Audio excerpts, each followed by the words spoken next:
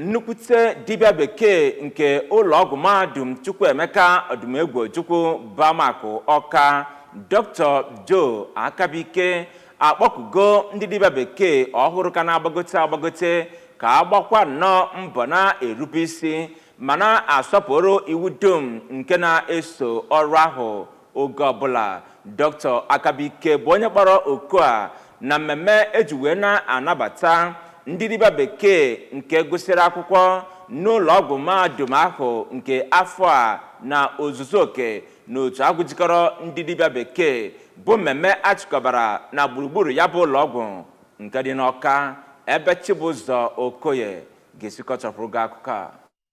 Ọ na-enye nkụzi n'oge ya bụ mmemme ka dọkịta Akabike kọwara ka ọlụ ndị dọkịta siri bido site n'oge ochie were luo n'agba ọhụrụ ma kwue na o kwesịrị ka ọ bụrụ ndị tozuru etozu ndị mara nke ekwe na-akụ bụ ndị na-abanye ịgụ maka dọkịta. Ya bụ onye COUTH CMD gara n'ihu mee ka mata na ndị na-abụkarị dọkịta bụ ndị nwekwara ike ịbụ ndị ezi ọchịchị maka na a na-akụziri ihe miri emi ma gwa gọọmenti n'ogo dị iche iche ka ha jiri ọdịmma ndị dọkịta kpọrọ ihe dịka dọkịta Akabike si mee ka mata ndị ọrịa bụ ndị kacha enye nsogbu n'ụwa ma gwazie ndị dọkịta ahụ ka ha na-enwere ọdịmma ndị ọrịa wee kpọrọ ihe ma dọọ ha aka na ntị ka ha kpachakwara anya maka mmadụ ime ihe ekwesịghị ekwesị maọbụ ịlụ ọlụ ekwesịghị ekwesị maka na ndị ọrịa na-enwezi ugbu a bụ ndị nwere ike ịgba gị akwụkwọ n'ụlọ ikpe. Na mbụrụ ka onye vice chancellor ya bụ mahadum Prọfesọ Greg Nwakobi mere ka mata gwaziri ndị dọkịta ahụ ka ha bụrụ ndị